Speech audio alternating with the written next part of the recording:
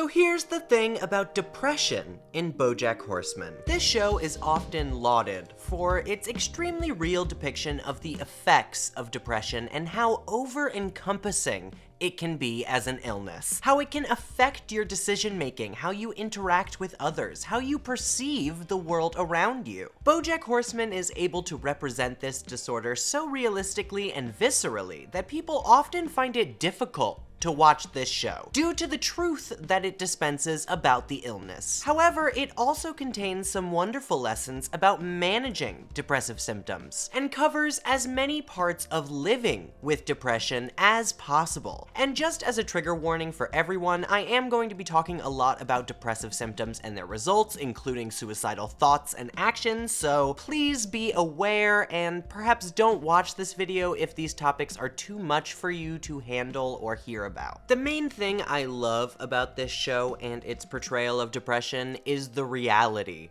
of the illness and how severe it actually is. There are many people out there who still don't really understand the gravity of depression as a disorder. You can't just cheer up or ignore it, no matter how badly you may wish to. It's an actual recognizable illness, and it affects your brain chemistry to the point where you fundamentally perceive things differently, cannot find the energy you need to be able to operate normally, and ultimately don't feel as much joy or pleasure as you should be feeling. You see, your brain operates your emotional state essentially by sending certain hormones and messages to the rest of your body, causing you to feel the way that you do. Joy, anger, despair, they're all chemical reactions occurring within your body as these messages are received. However, with depression, there can be visible, diagnosable deficiencies in the brain's operating process to the point where certain hormones are not being produced at a proper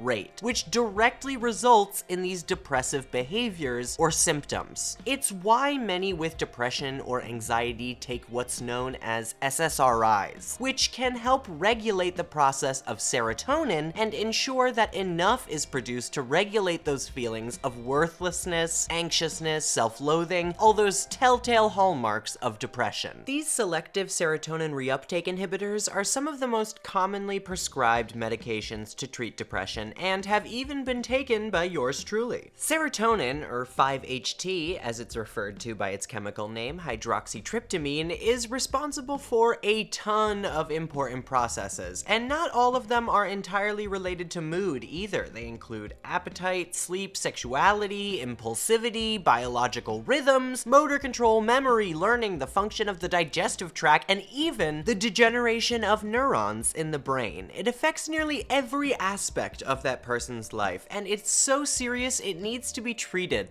as such and recognized so that we don't minimize how crucial receiving treatment is, or denying the illness within oneself is. There is still a stigma against mental illness in this world, and yes, definitely it has improved in many places due to awareness of these illnesses, but we still have a ways to go, which is why I am pushing this so hard. Nobody has a choice in this matter either. While it's not completely understood how these disorders develop, it is known to happen as a result of both biological and environmental factors, both nature and nurture. Either one causes classifiable differences in levels of serotonin to the point where you can't deny that this is a medical issue, unless, you know, you just want to be annoying and be like, oh, I hate facts, because lots of people on the internet love doing that for some reason. And the show really does a fantastic job underlining this concept as well. It's not entirely obvious whether Bojack's depressive symptoms developed from his parents' horrific treatment of him, or if it's simply due to the fact that they themselves were also predisposed to mental illness. Because we get a strong depiction of how viscerally they struggled with this disorder as well, more so with Beatrice than with Butterscotch, but there's still definitely a case to be made for both of them. It could even be a mix of the two, both nature and nurture. There's no current way of classifying exactly how this disorder comes to be, and this show expertly presents both sides of the argument, demonstrating that they likely aren't mutually exclusive. Hurt people,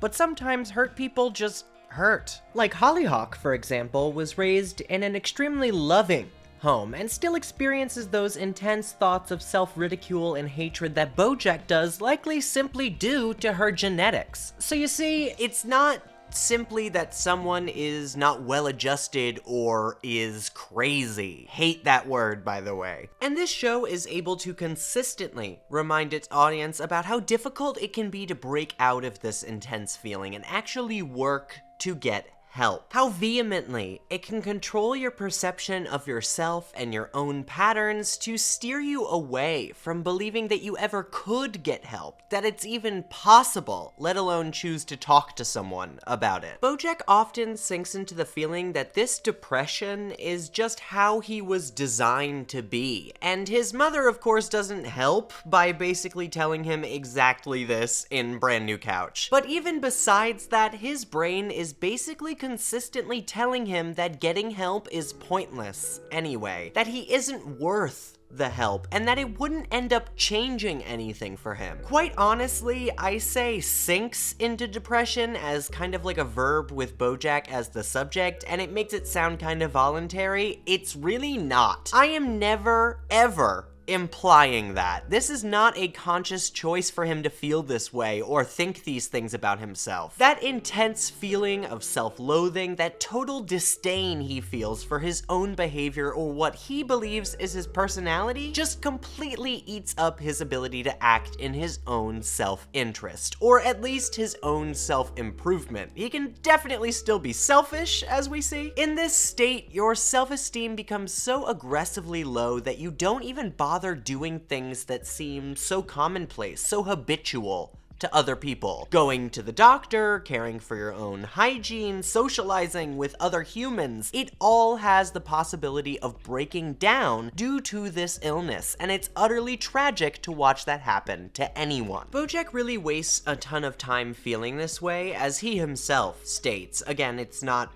entirely voluntary, but he spends years of his life after horsing around just sitting at home, rewatching the show or random movies, doing drugs and alcohol to pass the time. He doesn't really go out often. He doesn't really take care of himself with regard to his excessive consumption of food, drugs, and sex, and to be honest, he doesn't really have friends either. Princess Carolyn is his girlfriend on and off, but they really aren't completely involved together, and most of her conversations with him are largely about his career, not his well-being, not to mention that he doesn't consider her even exclusive. And Todd lives in his house, but really only out of necessity, and Bojack only keeps him around to help himself feel better, as a sort of charitable act, and to ease his own sense of intense loneliness, which would prove those truly putrid things that his mind always says about him. And I remember when you said that, I don't have anywhere else to go, because I felt good about myself, and I don't feel that way a lot.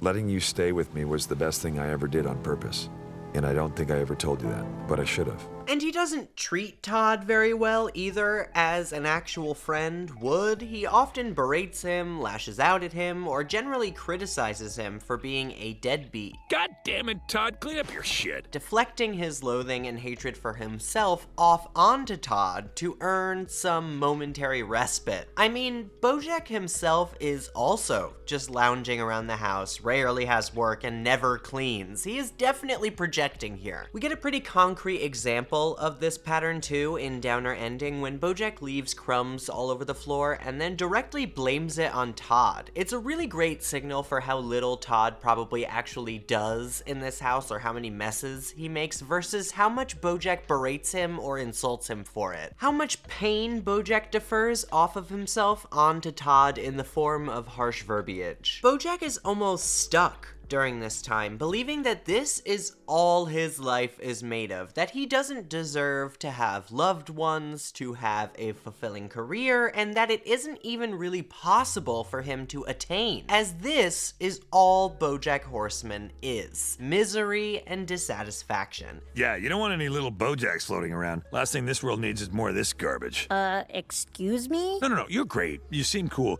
But if we could go back in time and prevent it... This is the frame of mind that depression can actually land you in, and it has nothing to do with your actual personality, nor how your brain is supposed to operate. Even when he does manage to step a bit outside of his own box, for example, when he dates Wanda, he always lapses back into his usual contempt for himself and his life. He states to her when they break up that that man he was attempting to be, that better person, was just a facade covering up what he believes was always meant to come out, his ugly self, and that would always push her away in the end. I can't be around someone who's just fueled by bitterness and negativity.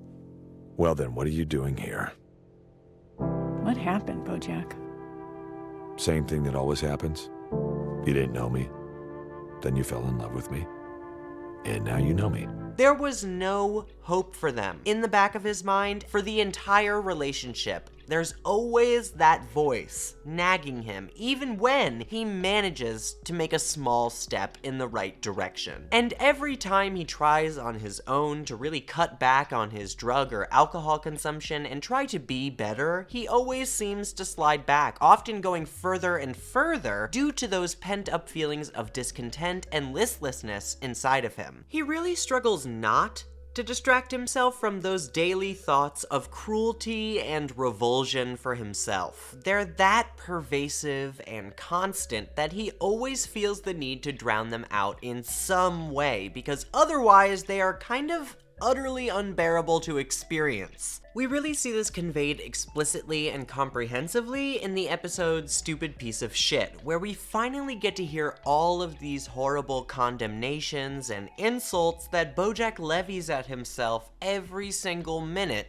of the day. This episode really does one of the best jobs in the series at conveying the intensity of depression and the reality inside a depressed person's mind day in and day out. They do well to show you that damned if you do, damned if you don't kind of result, where no matter what decision he makes, Bojack is able to find a way to tear himself down for it. He avoids his daughter, the voice in his head says he's a piece of shit for doing so. He tries to talk to her, the voice in his head tells him that he's going to ruin her by doing so because he's just so terrible. He can't do anything, take 2 steps without facing some sort of bitter carping about who he is and what he is currently doing and how wrong all of it is. We always knew Bojack hated himself and was overly critical of his own personality and past actions, but we never really understood the magnitude of his criticism. That every day from the moment he wakes up, he finds ways to tear himself down and make himself feel like the worst person in the world. Not voluntary, again. Additionally, in Good Damage, when Diane goes off her medication and begins to re-experience those thoughts of self-hatred, we get another fantastic picture about how depression contorts your memories and your perspective on them away from Bojack. When Diane thinks of her father and his abuse toward her during this period, her illness instead rationalizes it as something that she deserved. Chrissy Keating's a real bitch to me. Was I?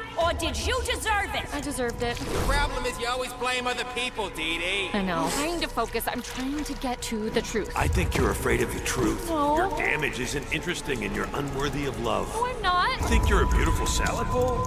Conceited much? More like garden variety, am I right? You blame everyone else for all your problems, but you're the one constant here. Go Pats. You're right.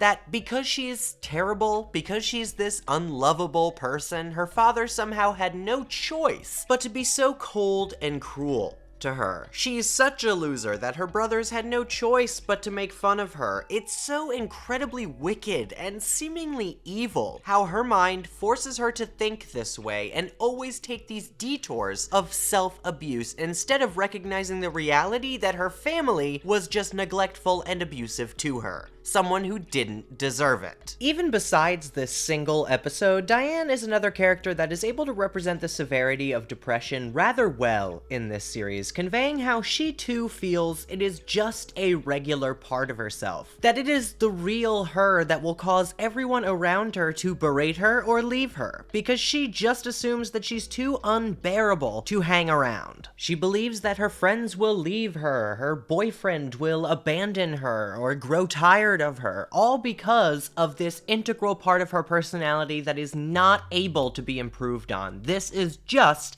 how she is, and she will always be unhappy. What's the point? Of antidepressants? I believe the point is to be anti-depressed. Sure, or you just flip over the nothing, and underneath there's more nothing. Then you flip over that nothing, and there's more nothing underneath that. So you just keep flipping over nothings all your life because you keep thinking under all that nothing, there's got to be something, but all you find is nothing. Sure, but you flip over this pizza box, and look, a couch. We're probably going to break up soon anyway. There's only so long before he gets tired of the real me. The real you being...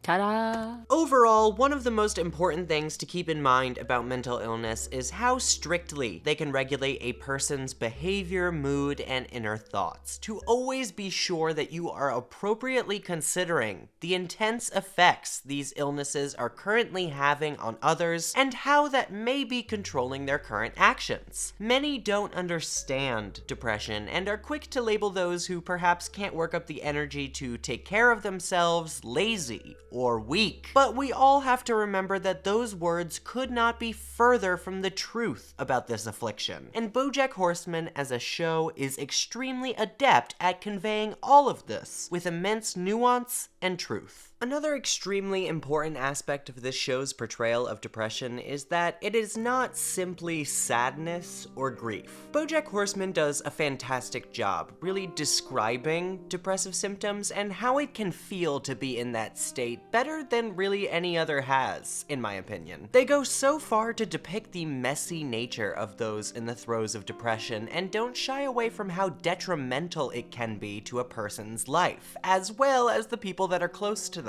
There's not a ton of crying or breaking down with Bojack himself. In fact, he rarely does ever cry at all because of what his mother has instilled into him, but that's kind of a different conversation. Bojack, though, isn't overly weepy, grieving, or generally just gloomy. On the contrary, he has a rather boisterous personality, constantly critiquing and screaming at the world around him out of frustration. Because inside, he really doesn't feel sorrowful. He feels despondent, disconnected, utterly hopeless. His description of himself as someone whose goodness has leaked out of him and how there is nothing left and nothing that could ever bring it back within him is extremely relatable to those with depression. And in their mind, or at least in mine when I first watched it, and your boy did indeed need medication, that description seems to ring true. That it's actually something that can happen if you make too many mistakes, treat people poorly, or constantly act out of bitterness, or even if you're just born a certain way, born wrong.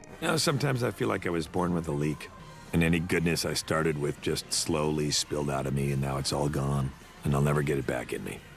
It's too late.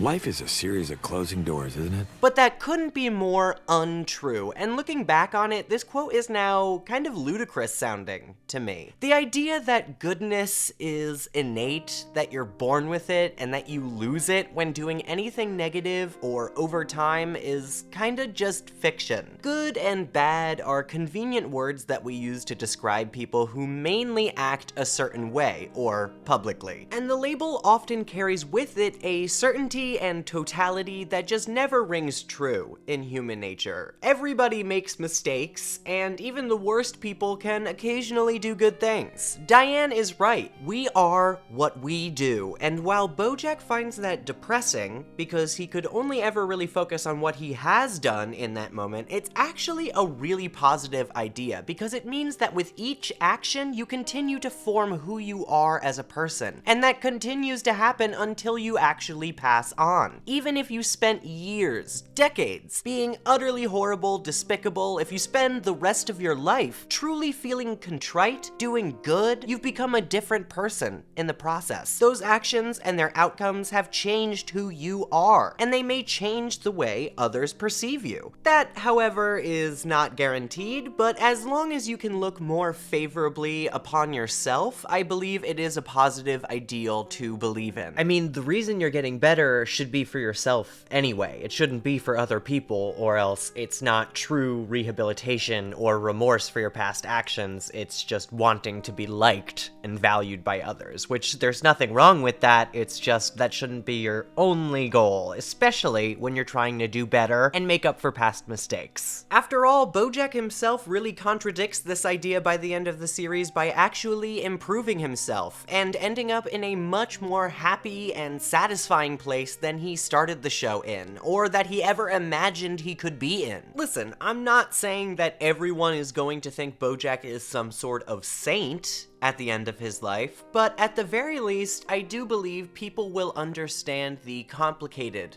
man that the Bojack we all know at the end of the day truly was. One who made a lot of mistakes, yes, but also one who tried to at least recognize them, admit them, and better himself. Not a hero, but definitely not a villain either. But like I was saying, the show does an excellent job conveying how this truly feels, and illustrating that through these monologues that Bojack gives about his longing or empty feeling inside. Like after Sarah Lynn's funeral, his assertion that, I don't know how to be, Diane. Doesn't get better and it doesn't get easier. I can't keep lying to myself, saying I'm gonna change. I'm poison. Bojack. I come from poison. I have poison inside me, and I destroy everything I touch. That's my legacy. I have nothing to show for the life that I've lived, and I have nobody in my life who's better off for having known me. is a simply marvelous way to illustrate this feeling he has constantly inside of him, especially after he has done some of the darkest actions of his entire life in the past few days. That he isn't just sad or slightly lost, he isn't downcast or mourning, he is utterly adrift. He has no idea how to live his life, how to get up every day and face the world with any sort of attitude that isn't complete loathing for being forced to continue or being forced to participate in the first place. How to spend one day without distracting himself from those thoughts in his head, or how to go a single minute without his brain criticizing his every action. And none of it has ever improved, or from his perspective, ever will improve. There is a very definite world of gray, completely devoid of pleasure, that can surround you when you experience depression. Those activities that you previously enjoyed that provided you so much happiness and joy before no longer feel rewarding, and can even start to feel downright tedious or boring. This is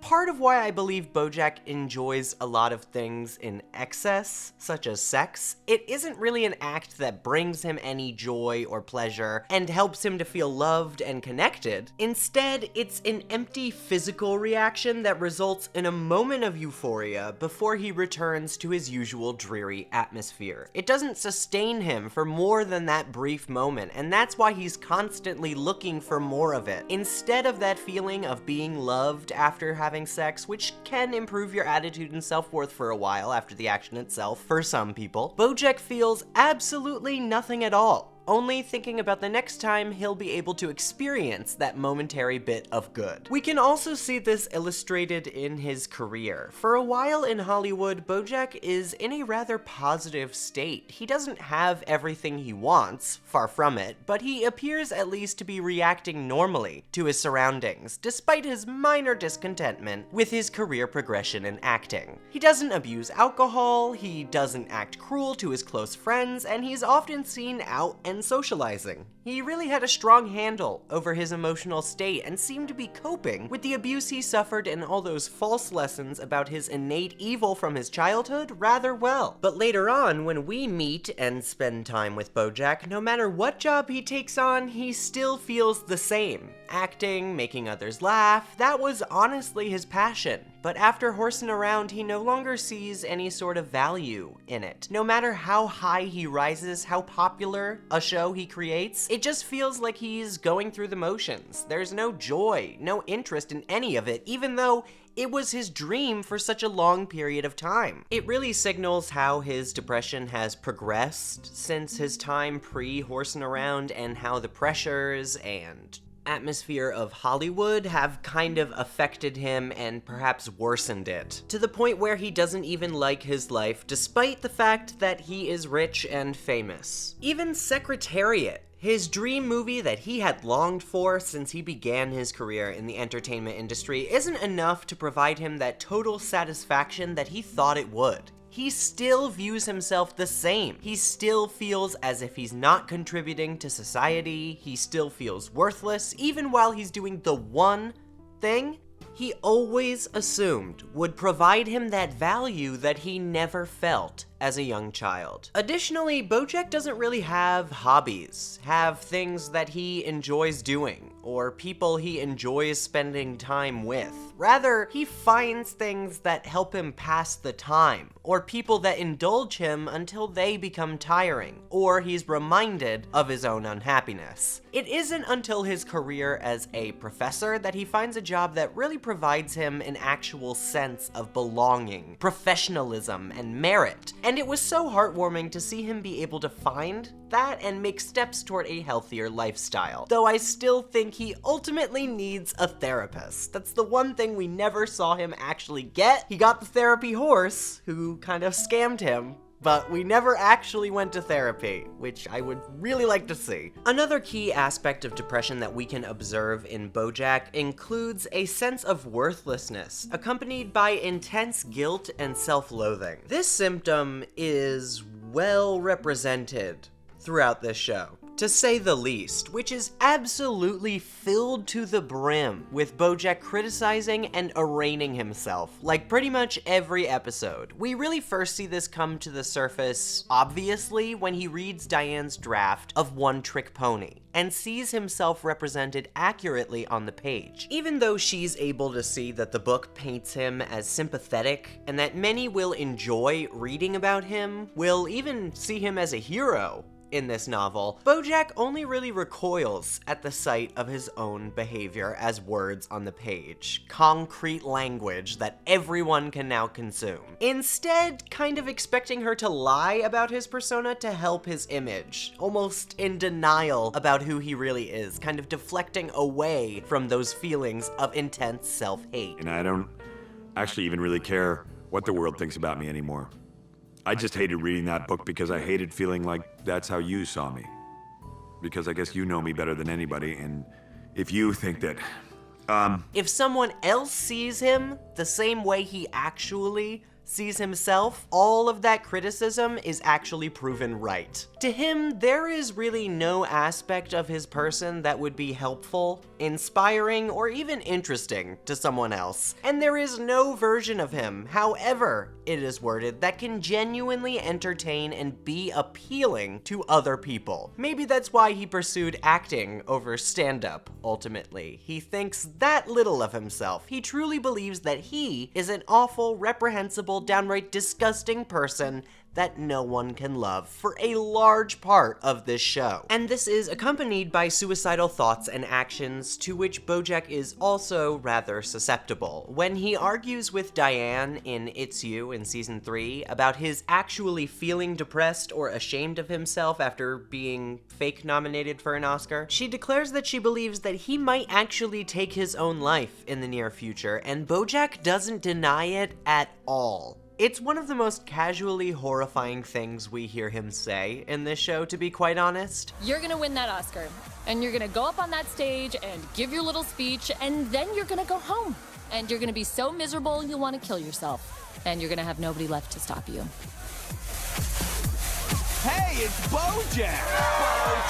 Bojack! No one's gonna be there when I kill myself? Listen to that chanting, Diane. The chanting don't lie. There's gonna be plenty of people around when I kill myself. To hear him talk about his suicide as if it's something that is around the corner, something inevitable that will happen to him someday, is downright terrifying. But again, extremely realistic for people with depression. To him, it doesn't seem as big of a deal as it does to the rest of us, as it should. Maybe she should also be casual when she says she's gonna kill herself. Like it's a big deal, but it's not a big deal for her. It's not some tragic mistake, it's an easily accessible emergency door in a room that is being engulfed in flames. He's basically just waiting for the fire to roar loud enough. And in that very episode, it does. As the people around him begin to leave and he comes around to the meaninglessness of this party that he is throwing, all of that utter emptiness he felt from the world returns and guides his foot to the gas pedal to drive himself into his own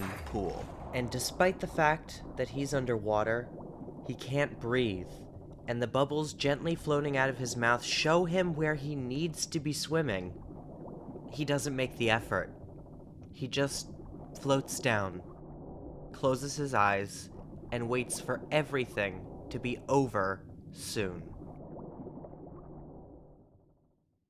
He even attempts again later in this same season after Sarah Lynn's passing, pressing his foot down on the gas pedal again and letting go of the wheel while he's on the highway. That voice inside his head telling him that he only ever ruins others, that he only ever affects negative change, became so loud that the only solution he could find was to remove himself from the equation altogether. And he repeatedly comes back to this supposed answer to his problems. And in Stupid Piece of Shit, we see even after he doesn't follow through with that attempt at the end of season 3, he still actually very casually thinks about suicide, even perceiving it as a possible threat to other people like Felicity Huffman, if need be. Like that little statement to Diane before, it really shows you how suitable or acceptable as a choice he finds it. I very much appreciate this representation of suicidal ideation, as it's another very real aspect to this illness, of course. Many think that being in a suicidal state, or that to be in need of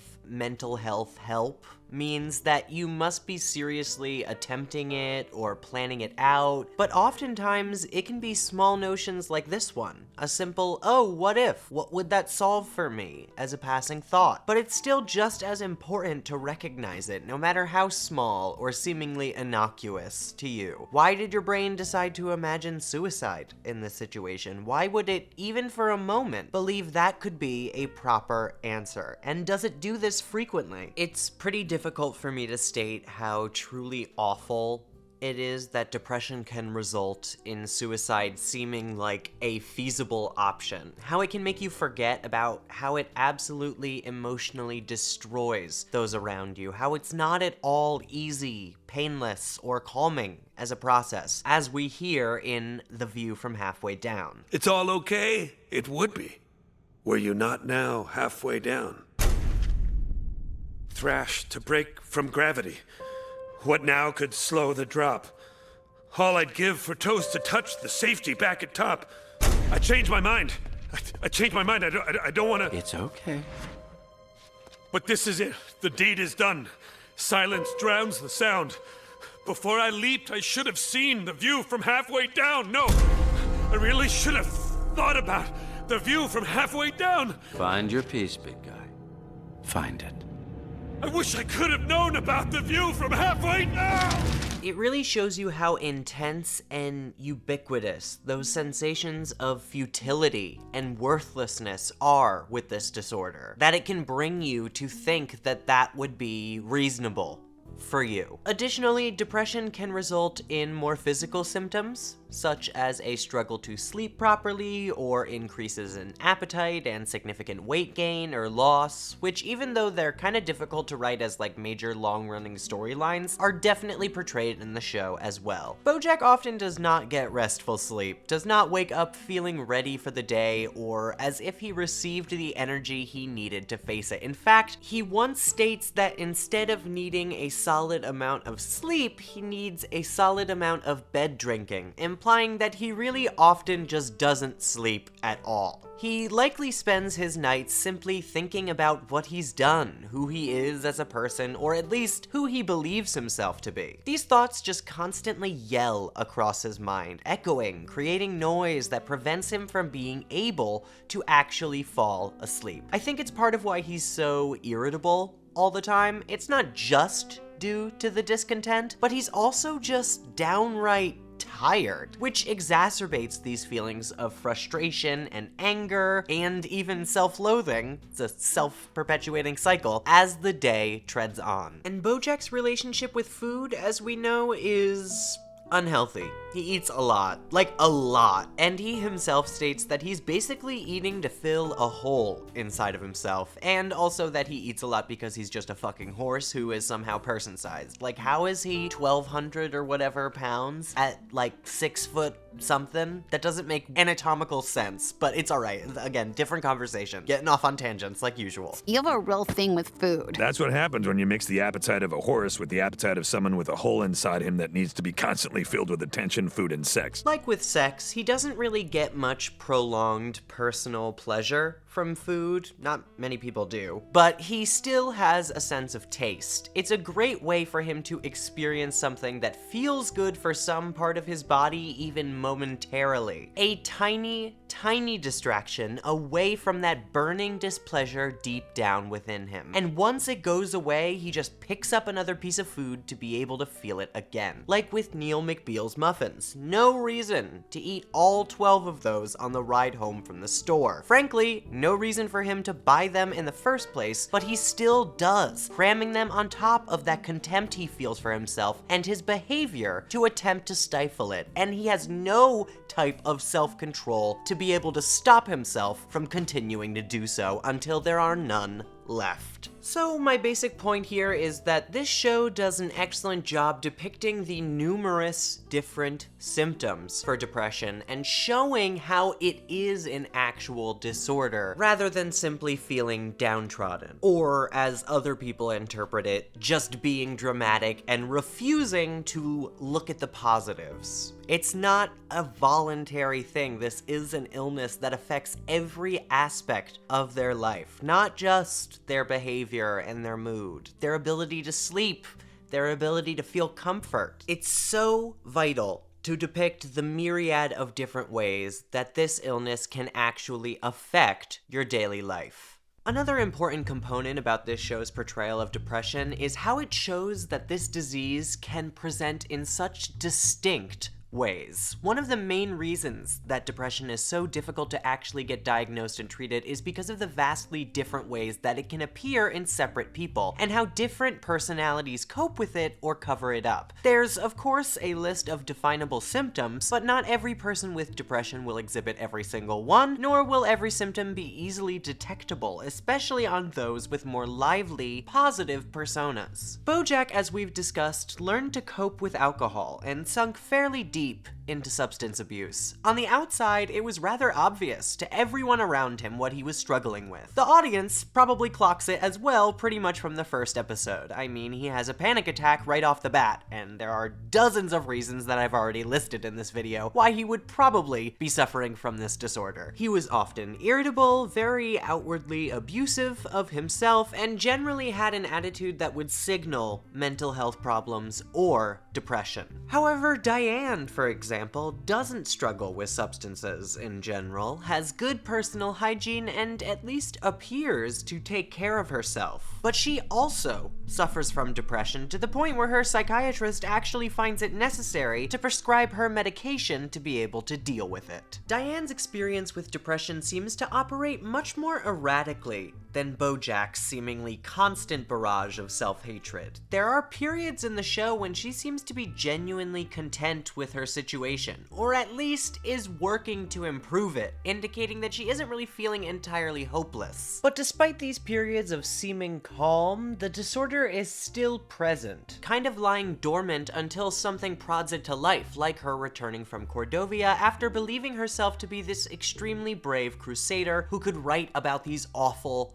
horrible atrocities. Afterwards, that nagging voice that was perhaps quieting thanks to her work across the ocean became louder, more convincing, assuring her that it was destiny for her not to be able to complete the job because she isn't worth anything and isn't capable of anything. And it's here that we truly see her lose most of her hope for the future, any sort of confidence that she may have had in herself. That voice in the back of her head that sounds like a combination of her dad, her high school bullies, her brothers, and all the people who put her down and told her she was nothing finally has control over her actions as she drinks, smokes, and sleeps her days away on Bojack's deck chairs. Like he often does, she doesn't leave the house, doesn't have any interest in activities, and feels completely empty and demoralized. Like the world will only disappoint her and horrify her, and she will only ever disappoint herself as well. But like I said before, she doesn't end up staying within this cycle forever. Thanks to Princess Carolyn forcing her to join the real world again and Mr. Peanut Butter extending compassion, she is able to envision a better future for herself and resolve to go back to putting in the work to achieve it until her divorce, where she begins to slide back into old habits. For much of this series, she walks on this very precarious line where she is mostly capable of living with depression and managing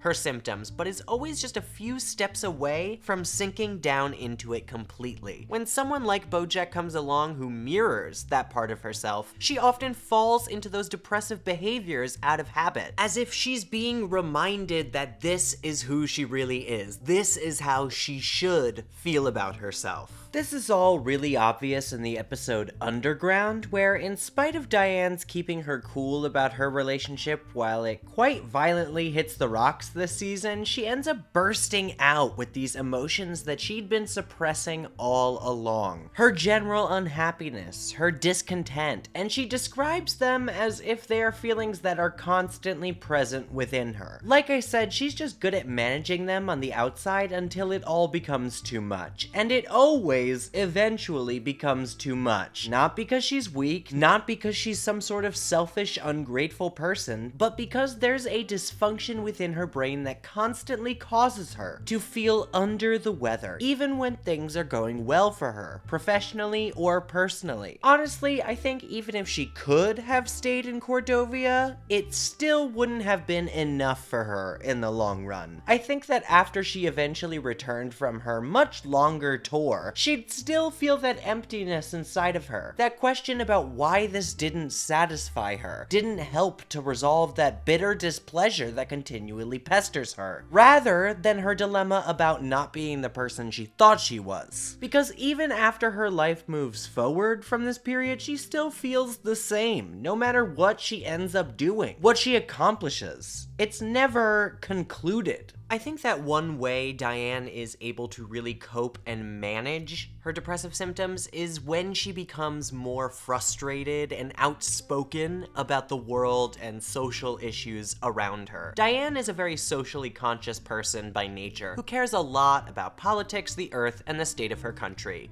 Kudos to her, by the way. However, she has a tendency to hyperfixate on social issues, and when these depressive symptoms or that feeling of listlessness inside her becomes worse, she often feels the need to throw herself into these conflicts or political dilemmas, becoming increasingly involved and outspoken about them as she does so, and investing much of her emotions into the issues themselves. I think a lot of this has to do with the guilt aspect of the illness, where Diane, trying to feel some sort of relief or respite from her reproach of herself, engages in acts that will improve society and the world around her to almost atone for it, to offset that belief that is roiling within her that she is a destructive, terrible force that nobody should appreciate. And when these thoughts become louder and louder, she grows more and more fervent and generally angry about these issues, to the point where she negatively affects her own health. She avoids sleeping, staying up all night to research, and spending all her time thinking about these issues and injustices, rather than giving herself time to breathe and truly process what she's seen and has been going through. Just give herself time to consider her position in life and whether or not she's really satisfied with it, whether or not she's on the path she wants to be on and is doing everything she can to attain her own happiness. Not to mention that her inability to sleep and the fact that she feels the need to work on all of these issues so late into the night and can't put herself to bed is an extreme signal of depression in itself. Through Diane, we also get a fantastic and thorough depiction of what it's like for those with depression to begin medication for their disorder as well. When she's on antidepressants, she's more able to emotionally move past social injustices. She still recognizes them and cares about them, as we see with the plastic utensils, but she's able to realize that there's not much she can do about it in the current moment, so continuing to complain or allowing herself to fall deeper into anger and resentment isn't really productive for her. She should just enjoy her time at the baseball game. Take what joy she's able to find now on this new medicine. Again, it's not really a conscious choice. It's just that she's more easily able to follow this thought process on this medication. It doesn't mean she no longer cares. It doesn't mean she has different values than before. She is the same person. She's just reacting to the world around her a bit differently, more healthily. They also do a great job not shying away from the side effects of the medication as well, the most obvious being with Diane's weight gain, which is really tastefully done. It's wonderful to see literally no one address it or ridicule her, and that guy, her boyfriend, is much happier to simply see her content rather than see her skinny. Very heartwarming. It's not a good or bad thing, it's just something that can happen when you take this medication. It's still important to take it. I appreciate that she also describes her current mental state as sort of foggy in Good Damage. This is a commonly recognized side effect from antidepressants, and it really isn't often represented in popular media. Sometimes people on medication like SSRIs can struggle with concentration, and in general just feel a bit hazy at first. Obviously, intensity varies, and if it's really bad, definitely talk to your psychiatrist about it, but it definitely can be frustrating at certain times, like we see with Diane writing her book of essays. Now, as I've stated before, I don't really think she ever wanted to write this book anyway. It's more of a justification for her own trauma, but I still did acknowledge that she had trouble really accessing specific memories and focusing on the task at hand while she was attempting to write it. She often wrote things like fix this later and moved on to an entirely new topic rather than drilling down and trying to figure out what she wanted to say in the first place. Or she just gets lost on the internet looking at random interesting things, and I don't blame her. I mean, Kintsugi looks cool as fuck. I would love to learn how to do that. And they even depict how symptoms may worsen when abruptly stopping your medication rather than gradually tapering off with the advice of your psychiatrist, as you are supposed to do. I stopped taking my meds. Why? Because I'm terrible.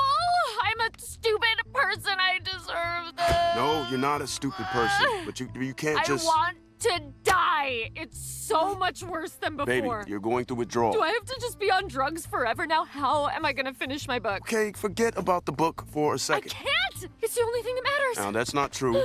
They correctly portray it as rather violent and extremely unpleasant, with lots of nausea and her general thought process going way further in that direction than she is actually used to, even did before she started taking the medication. Because ultimately, her brain has adjusted to it now and has started making even less serotonin on its own. It's being supported by these pills, so when she just removes them altogether, the brain doesn't make up for the difference. It just has a loss, which makes her feel so terrible as she does here. Many people might be afraid to take medication for fear of these side effects or these drawbacks, so it's critically important to depict them, not only to destigmatize these experiences, but to convey that they are still part of a general improvement in behavior. Even if someone did ridicule Diane for her weight gain, it really makes no difference. Her life is more satisfying, more full while she takes this medication, and she might not have to take it forever. Her brain could potentially adjust or change over time. But for now, it's needed.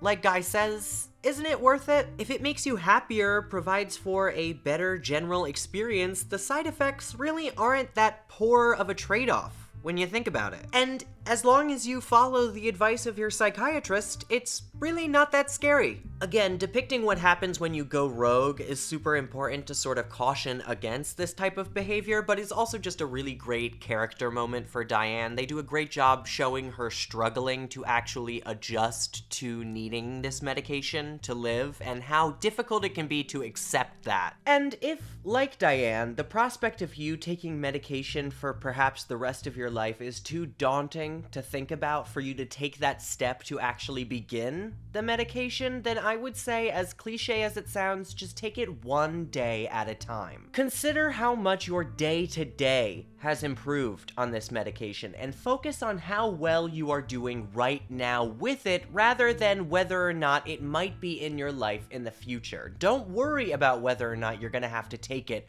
forever, because at the end of the day, it is helping you right in the moment, and that is really all that matters. If you're better off right now, better than you were the day before. And the future will just happen, whatever comes with it. Maybe you'll continue the medication, maybe you'll stop one day. But either way, you're better for having gone through this process, so it's worth it to stick with it. And you know what? This show is even able to explore this disease through Mr. Peanut Butter, one of the most apparently positive, happy, and content forces in the entire main cast. Just because someone appears to be happy with themselves, satisfied, exuberant, doesn't mean they actually are. We often present ourselves differently to others than how we truly feel deep down, and in the case of Mr. Peanut Butter, he shows himself to everyone to be extremely content, lively, excited, happy-go-lucky, goofy. See, Mr. Peanut Butter was raised in a home that was supposedly perfect. His family didn't fight, there wasn't any drama,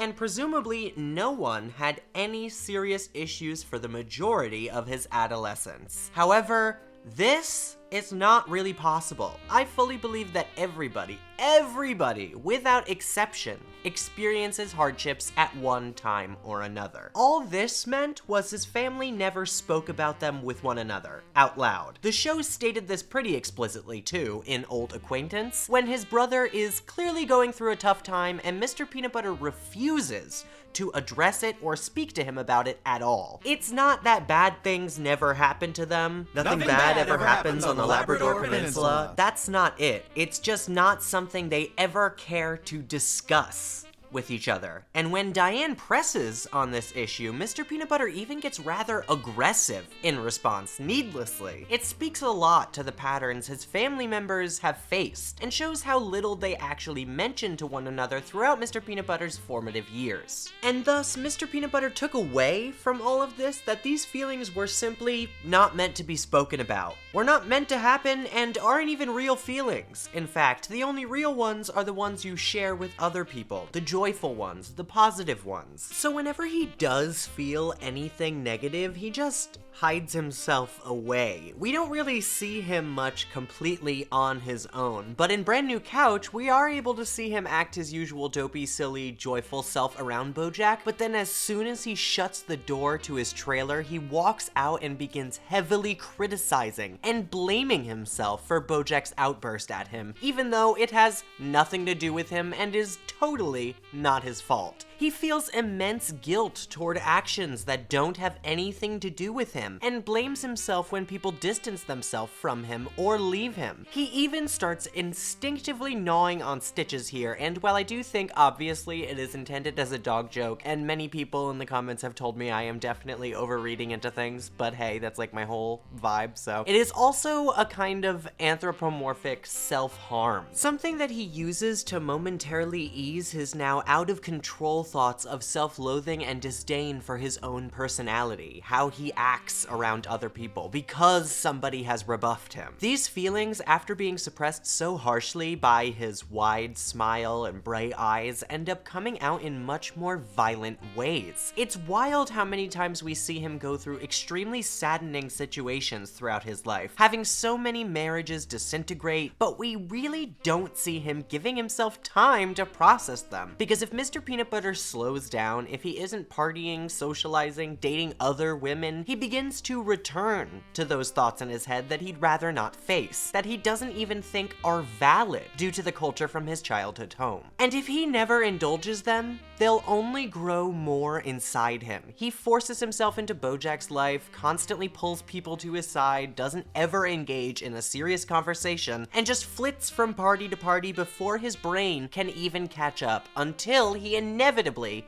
breaks down. He even proposes to Pickles for that sole reason. Confronted with the dark mistakes that he's made due to those same feelings of discontent that Bojack feels, he only knows how to deflect, posture with any positivity that he can muster. So in this situation, rather than breaking up with her, the only thing he can really think of is a proposal. And that results in a long engagement of unhappiness for both him and Pickles. It just results in more hurt, digging himself deeper and deeper every time he denies these feelings, or refuses to acknowledge that they are even happening within him. He confesses that he cheated on her way too late, and he breaks her heart worse than if he was truthful from the beginning. And they, not being emotionally mature, resolve to fix things by adding another affair on top of it all. They're just really dissatisfied with one another for the better part of an entire year, all for Mr. Peanut Butter to be able to continue this farce that moderately works as a distraction. By the end of the series, it's wonderful that Mr. Peanut Butter is focusing on, as he says,